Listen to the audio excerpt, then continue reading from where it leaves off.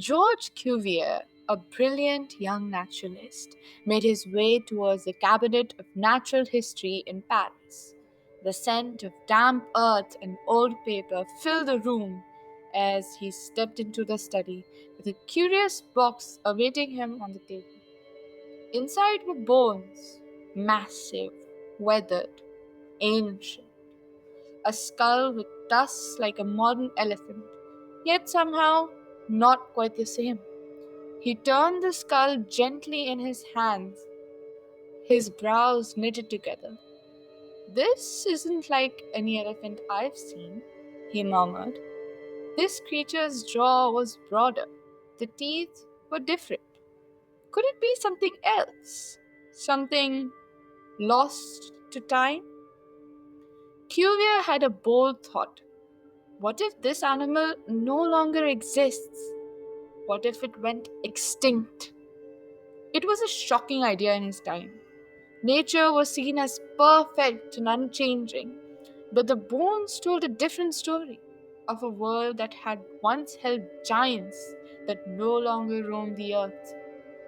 He named the mysterious beast the mastodon, and with that, Cuvier didn't just discover a fossil, he discovered a new truth and about life and time. And so, with bones dug from the earth and ideas no one dared whisper, George Cuvier lit the spark of paleontology, the science of ancient life.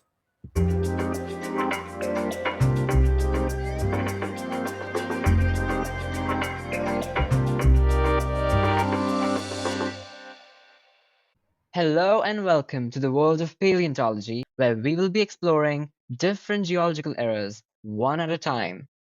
I'm Alia. And I'm Ramit, and you're listening to Solving for X. This is the very first episode of the series titled Dig Deeper, which will indeed be about digging deep into the mysteries of our very Earth, the planet we call home, like many more that have come before. Firstly, paleontology is not just dinosaurs. Gosh, that stereotype. Well, so right, Alia. It is so much more than that.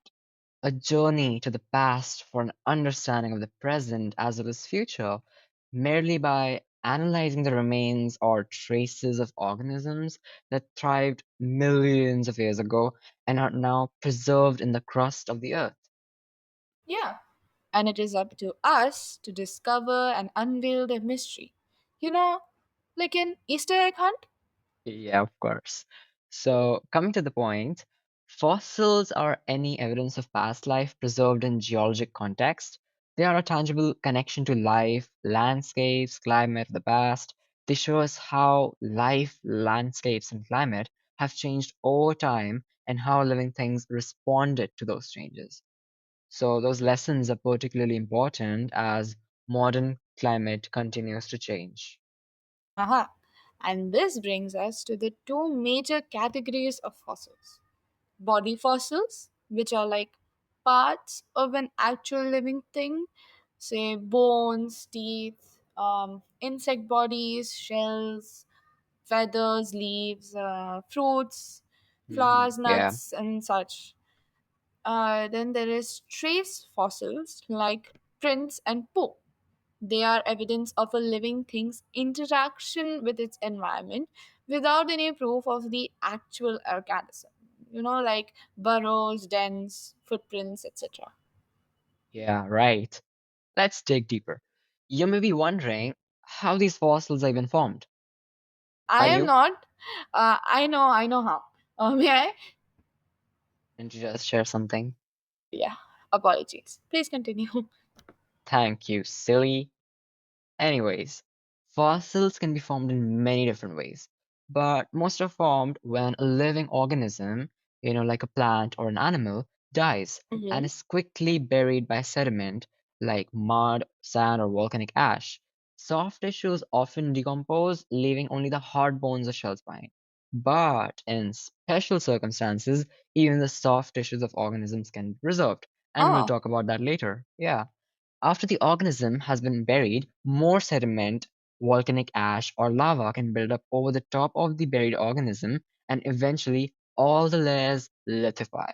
I know what lithify means. It is a geological term that refers to the transformation of any sediment. Yeah, right, yeah. So, Alia, let's bring the most anticipated character of our story, shall we? This was a story? I thought it was all real.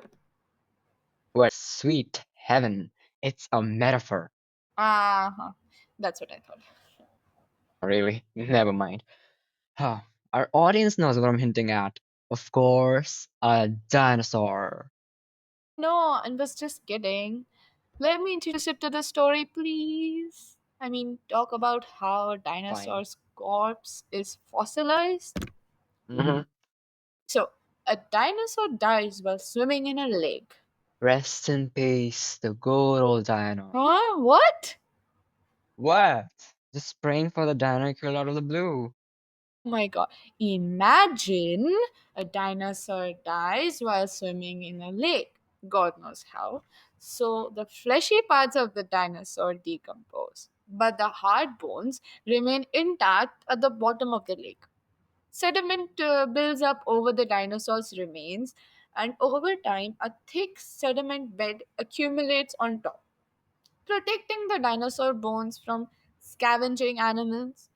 Gradually, Hmm. the bones are replaced by minerals transported in the groundwater and they turn the bones to stone. This process is known Yeah. as permineralization. As more sediment accumulates over time, the pressure and compaction builds up, and eventually the bones and sediment layers become the bedrock. Nice. Yeah, okay. Eventually, the dinosaur bones are preserved within the rocks until they are uncovered through erosion or excavated by paleontologists. How much time does it take? I think from 1,000 to even millions of years. The time Whoa, scale's whoa, whoa. vast. Isn't it? Oh, I wish there were a time machine and we could go back in time and meet those giants. Yeah, me too. But then, you may never come back. Okay. Okay, whatever. Yeah, whatever. So, guys, we just discussed how these fossils are formed, but there are a number of ways in which this can happen, not just one, of course. And we already shed some light on one through the example. It's called permineralization. So, basically, when dissolved minerals carried by groundwater fill up space inside the cells of plants and animals, they crystallize in these spaces and eventually form rocks in the shape of the animal or plant. This is the most common type of fossil preservation, and examples include teeth, bones, and shells. Uh-huh. And I know another type is an impression fossil.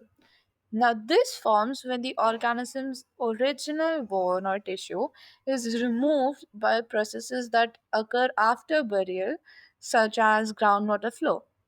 If the organism's remains are decomposed entirely, leaving an empty space in the shape of the organism, it is referred to as a cast. Now, Okay, if minerals fill in these empty spaces or casts and form hmm, a mineralized 3D shape of the organism, it is referred to as a mold, like that's a a difference. Yeah. chocolate mold.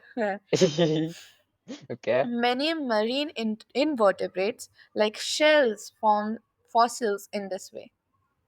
Ooh, okay. I'll say the third one.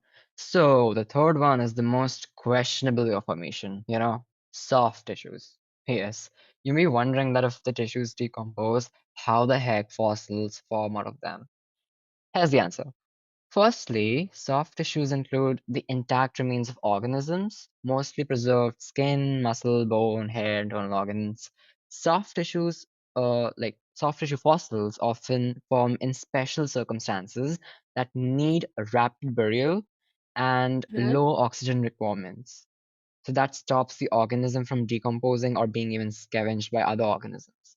So these circumstances can occur when the entire organism becomes rapidly encased in materials such as ice, volcanic ash, or even buried in peat bogs. Huh. Well, I questioned this too. Thanks for resolving. No By the way, props. yeah, I've heard of a female baby mammoth named Lyuba, I guess, that was Yeah, Luga, yeah. discovered in maybe Two, 2007. 2007. Hmm. Yes. From within ice that formed 40,000 years ago. Hey, I mean, that's so way back. And Yeah. its residence is Shemenovsky Museum and Exhibition Center in Salkhor, Russia. So according to scientists, Lyuba had been preserved by lactic acid-breathing bacteria that colonized her body after death. And this microbial process pickled her soft tissues to keep her Oh, carcass, approximately like 110 pounds and 45 inches long, in excellent condition. that's indeed an extraordinary affair. But do you know how we know how old Lyuba is? Or any dinosaur fossil for that matter? Well, since you're asking, I assume you're gonna tell us to? That I will. There are Okay. actually two ways in which scientists calculate how old fossils are: the absolute dating method and the relative dating method. What kind of method requires dating a relative? What are you even blabbering? What are you thinking? I said relative dating, not dating relatives. It's one and the same thing. Either you say Oh, tomorrow is God. Sunday or Sunday is tomorrow. It is one and the same thing. I know, but relative dating and gosh, just leave it, okay? What? Anyways, where was I? Yeah.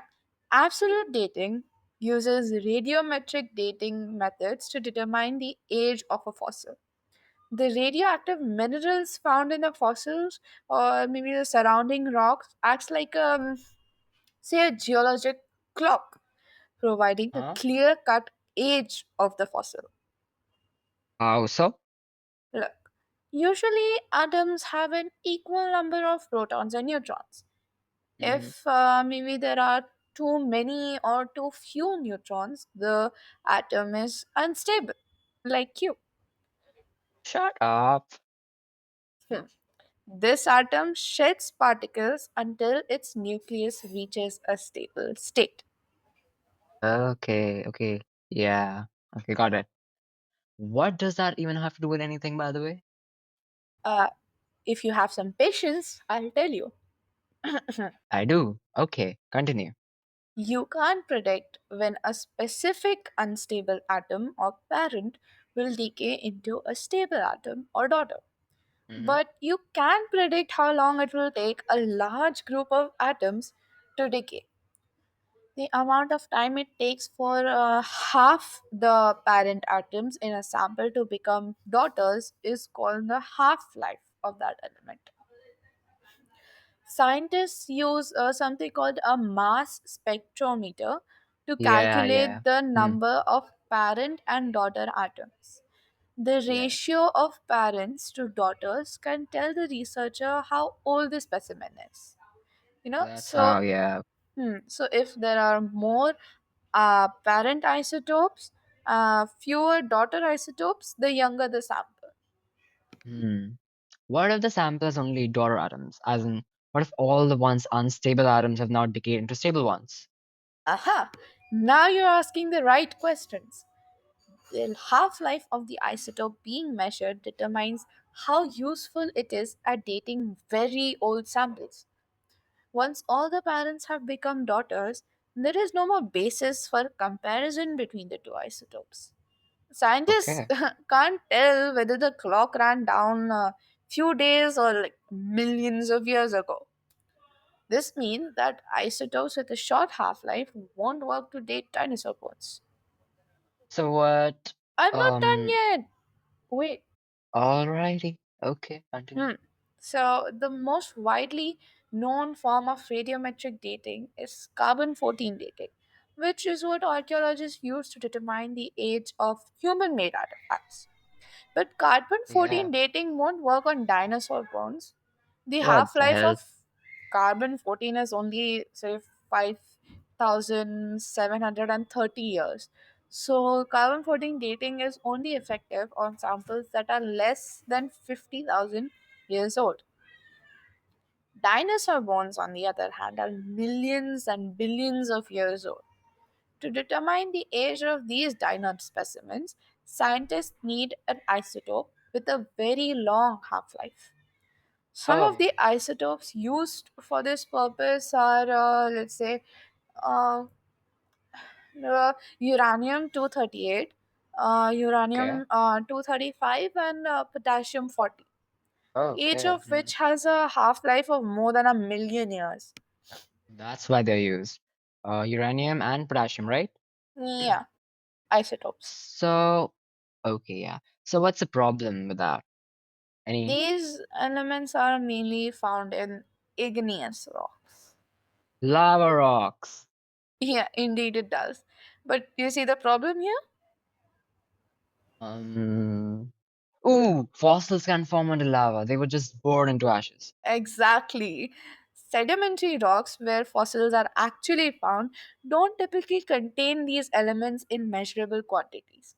So Hmm, determine yeah, determining the age of sedimentary rock layers, researchers first have to find neighboring layers of earth that include igneous rock such as volcanic ash. yeah, yeah. These layers are like bookends. They give a beginning and an end to a period of time when the sedimentary rock formed. Then, by using radiometric dating to determine the age of the igneous brackets, like we said before, researchers can accurately determine the age of the sedimentary layers between them. Cool. Acha, by the way, you were saying something about dating relatives, right? Relative dating. Cleanse your mind, stupid. Whatever. Relative So what is dating. it? Relative dating, as the name suggests to everyone but Ramit, Really? Oh, provides yeah, okay. yeah, provides an age estimate of an object or event relative to other objects or events. Instead of determining an exact age in years, relative dating focuses on establishing a sequence of events or determining whether one object is older or younger than another. That's what Yeah, we okay. mean by the term relative, by the Relative, way. yeah, yeah, yeah. Okay, but why would you use that if you won't get an exactly correct estimate? Well, one of the key advantages of relative dating is its simplicity and accessibility. It does not require complex laboratory techniques or specialized equipments, making it more accessible to researchers and amateurs alike. Hmm, amateurs. When I grow up, I want to date fossils. You might want to rephrase that. Do I? Meh, don't feel like it. Okay, by the way, what do you think was the first ever living organism on Earth? Can you guess? Uh, Let me guess. Since we have discussed all about fossils until now, so I assume fossils? Excellent. I mean, what if fossil is a nice gift wrap of a dead creature's body? How on earth can a fossil be living? True. Ha, what am I thinking? The problem is you don't think at all. Let Haha, me very tell you and funny. our audience. So, the early days on Earth looked very different from today. It was extremely hot, like hotter than before. Yeah, like today, hotter than today. Volcanically active and bathed in brutal UV radiation. Since we won't have fossils from this time, scientists can look at life forms that still exist today in similar conditions. Oh, Yeah, so from these, they suggested possibilities where life first began. The early life on land may have been bacteria 3.22 billion years ago. oh, that's a long time back. Yeah, way back. Some microorganisms thrived in the scalding, highly acidic hot spring environments, like those found today in Iceland, Norway, and Yellowstone National Park. The same goes for deep sea hydrothermal vents. So these chimney like vents form when seawater comes into contact with magma on the ocean floor, resulting in streams of superheated plumes. The Mm. microorganisms that live near such plumes have led some scientists to suggest that there must be birthplaces of Earth's first life forms. Oh, so the microbes were the first residents of our planet? Interesting. Yeah, But when did the bigger creatures come into picture? Well, the more complex life forms appeared during the Cambrian period, around 542 million years ago in the Mm-hmm. Paleozoic era, and none of them were the vibrant, diverse creatures we see in modern oceans. So yeah. Yeah. But what were they like then? In the words of researchers, quite odd, I would say. Many of these early organisms, like the Dickinsonia, the oldest known animal, which existed about 558 million years ago, was flat and pancake shaped. And some may have been sessile, meaning they stayed in one place like a plant, filtering nutrients directly from the surrounding water. This is Oh. an evolutionary change in the history of our planet. They were not single celled organisms anymore, Hmm. but simple multicellular life forms that laid the foundation for all marine life to follow. And the appearance of these organisms is a sign that the Earth was finally developing conditions to support life. My God, marvelous. Our planet has undergone quite a transformation since then. And indeed, evolution is another tale. Yeah.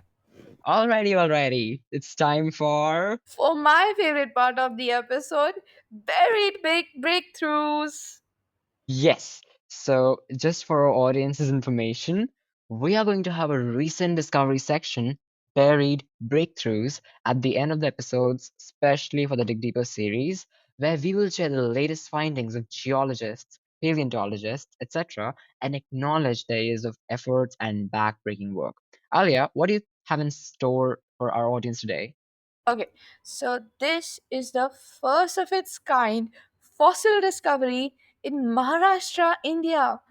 Yay! Professor Suresh Chopane, a geologist based in the state's Chandrapur district, found rare fossils of the extinct Stegodon ganesha, an ancient elephant species said to be the ancestor of the modern day Asiatic elephants. Ooh.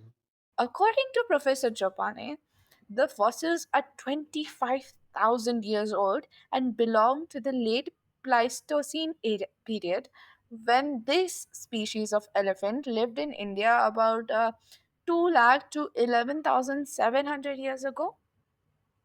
Pleistocene period refers mainly to the time of Ice Age, when land masses were covered with glaciers and ice sheets. Okay. These fossils were found at the basin in the confluence of the Varda and Penganga rivers. For this, researchers conducted continuous research for 9 years. Whoa. The elephant found in Chandrapur district was 15 feet in height, and fossilized remains include massive thigh bones, molar teeth, rib fragments, a skull cap, and a partial tusk. Yet Hmm. more, Chopane's discovery has been validated by both national and international paleontologists. Okay, first of all, 9 years. Can we have a big round of applause for Mr. Trapani? Unbelievable. I mean, how exciting it is to even eventually find something you're looking for years, hidden so deep inside the ground for like an eternity. So true. I guess that's it for today then. Oh my god, this was officially the first episode of the series Dig Deeper, as well as of the podcast Solving for X. Can we have a quick summary of today's episode, Alia? Sure. Today's episode dug deeper to address some intriguing questions like what paleontology actually is and its relevance, ways the fossils form, how to determine the age of a fossil, a quick glimpse of the first sign of life on Earth, and we also shared one of the most recent fossil discoveries in India by Mr. Chopane. We are so grateful to our audience for sparing their time from their busy schedules for our podcast and listening right through as we explore and uncover the most wondrous stories and happenings from all over the world, past, present, and future. We would also like to extend a vote of thanks to our team for helping us build this fun filled and exciting episode, and to Nuha for the excellent editing. Stay tuned for yet another stupendous episode that drops next Saturday only on Spotify.